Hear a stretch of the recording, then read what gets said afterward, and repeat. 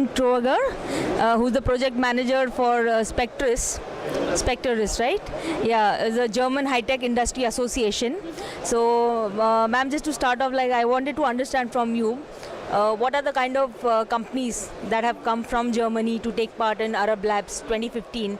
And if you could give me the kind of companies in which areas do they belong to? If you can give me a broad overview about that. Okay. Well, this year there are actually 99 German companies exhibiting, which is very big. It's one of the biggest German pavilions we have in Germany, in a foreign trade show.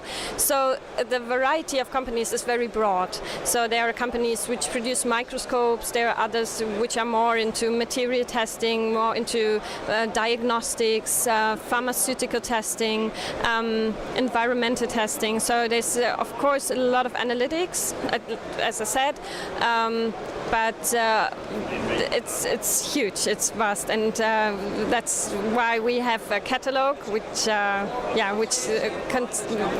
shows all companies, but we can't really say that there's a real focus. The Arab Lab trade show is very important for actually a lot of German companies in the field of analytical bio and laboratory technology, since it attracts many people from not only from the United Arab Emirates but also from the area around. So for German companies, the trade show is very important in order to find distributors also in other countries in this area, also with focus to Africa, with focus to Asia. So it's they all come. Ma'am, I wanted to understand from you, like you mentioned, companies have come in the field of testing, measurement, analysis. So could you give me some of the dominant innovations or trends that have taken place in the last couple of years, something that is really very prominent, if you can mention a few things on those lines? One thing that we noticed that becomes more and more prominent, especially in this field, in Germany we call it Industry 4.0, meaning that all these kind of technologies, they're more and more able to communicate with each other. So it's not only that you produce one product which stands in a laboratory and works for itself, but it is connected to all other equipments as much as possible, so that the whole process of analyzing is connected to each other. At the same time, it always has to be smaller, faster, and to be able to connect with each other. I think that's a process that we watch is really prominent and very important at the moment for all companies. One thing about technology, like we were speaking about technology, so German is actually known for its accuracy, precision, and technology-wise. So I wanted to understand from you, right, in terms of automation and in terms of the next generation technology, have you seen a big leap, where German technology is and Middle East catching up to it, or is there a lot of work to be done and there is a lot of, knowledge and learning to be imparted to people or companies in this area? Could you shed some light on that, please? Yeah, what we notice is that there is, of course, in terms of property rights, Germany is quite in a high position. There are a lot of new property rights established every year. This is what we noticed. What we notice as well, and what is very important for our companies here, is not to only sell the equipment with the high technology, but also to train people and to show them how to use it and how to, which is most important. I mean, you can have in your laboratory, you can have the newest equipment, but you have to know how to use it. And this is a focus here too. So there's a conference here. Quite a few companies here which are exhibiting here are also present at the conference and do some seminars and trainings, and so this is very important to them as well. Mm-hmm. In terms of sectors, like if you go to see Middle East, the major sector over here is the petroleum industry, and most of the companies like equipment are catering to that sector. But if you go to see, medical is rising, education has got a lot of focus, food industry, forensics. So if you can shed some light on that, which are the industries that are dominant, sectors that are dominant for you, and which are the other sectors that you're looking to cater and grow into? You know, if you could give me a sense in the coming few years. Yeah.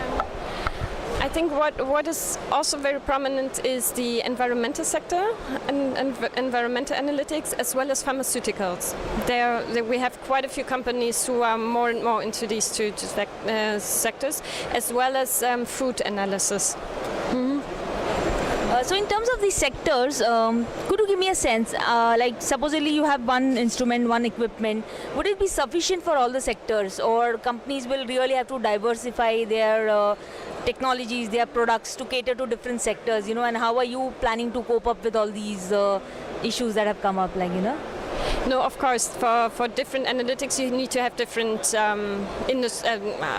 different equipment. Like if you have a look, for example, at a laboratory for pharmaceuticals, it looks completely different to a laboratory that is specialized on food analyzing, for example. So there is a certain need for different techniques, for different equipment, and so if you have a look at the German pavilion and at the German companies, they are in a certain way, they're all specialized on a certain technique.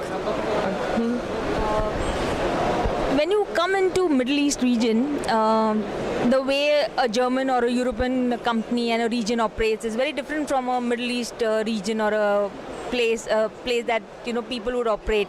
So when you come here and you are planning to do business and all, what are the obstacles that come in front of you? You know, what are the problems you face, and what are some of the issues that you come across, and, you know, like to grow?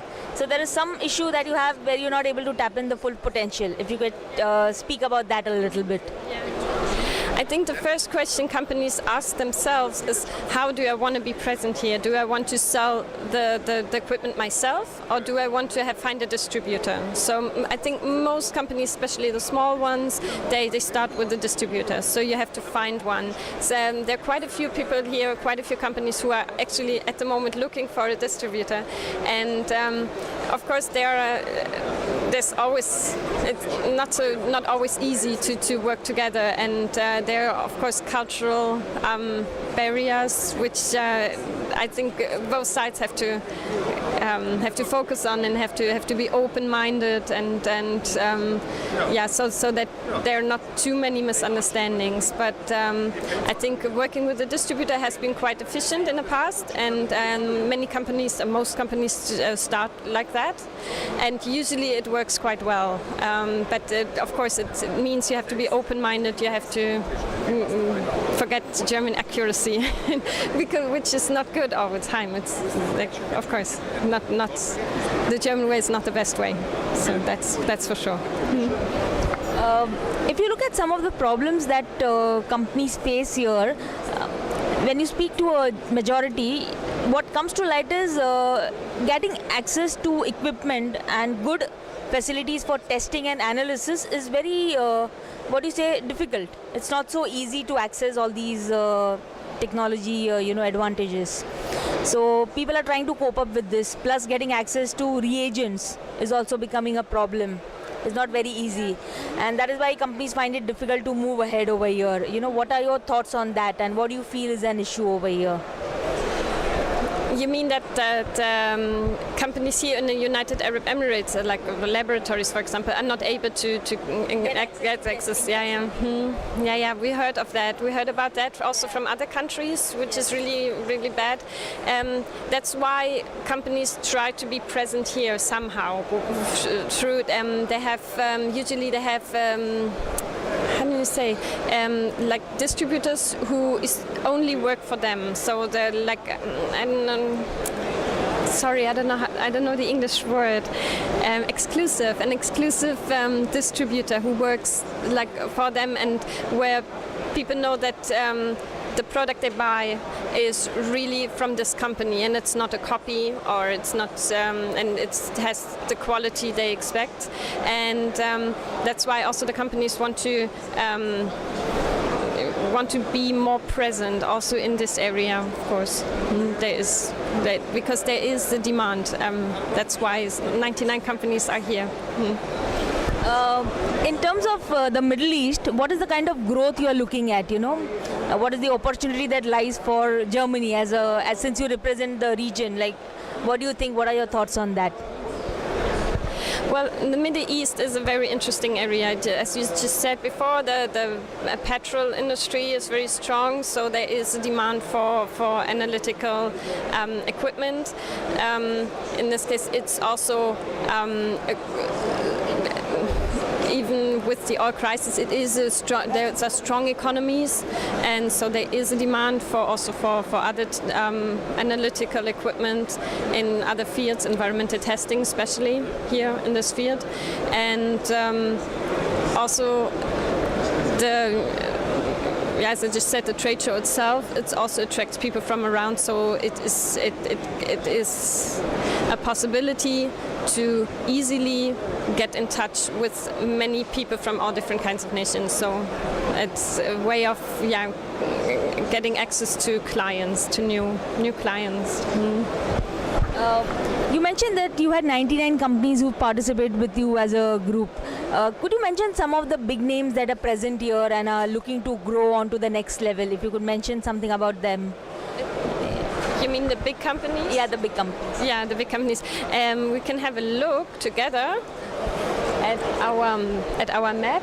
You can see, for example, there's Eppendorf, which is quite big, but they produce consumables like all the pipettes and the stuff you use once and or like you seldom know.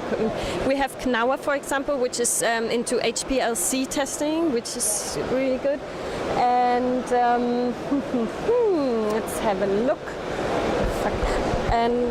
And of course there's Elementar, which also is into analytics, and Brandt and Vakubrand. Those are, I think, the big ones. Mm-hmm. So of the 99 companies that are present here, what would be the percentage of companies that are really in the top 5 or top 10 and they are looking to grow in this region? If you could give me some sense of that, some idea. Mm-hmm. Well, there's definitely Eppendorf. I think that's one of the biggest ones we have.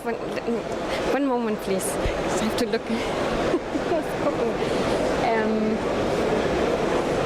No. Leica, oder? So, you know what? Let me make it a little bit easier for you. Would you say that 10% companies are in the top rung and that they're planning to grow in this region? Something like that. Some sense of that, sir. I think one thing that is maybe interesting here is that the German pavilion itself is funded by the Ministry of Economics. It is an instrument to support small and medium-sized companies to get access to new markets. So, of course, among the 99 companies, there are very many small companies who have the opportunity to participate here for a little amount of money compared to what they would pay if they had their own booth just like that. So there are not too many big companies. I think in the top 10, it's difficult to say because also in America there are American companies like Agilent or Japanese companies like Shimadzu who are big and who have their own booth here, but of course they're not German. I think from the German companies, as I see it, I think Eppendorf is a big one. Duran is a big, and of course Brandt. But they're also in the field of consumables. If you look at the freezing sector, the freezing technologies like Lauda, I think they're one of the big companies. But most of them are very small.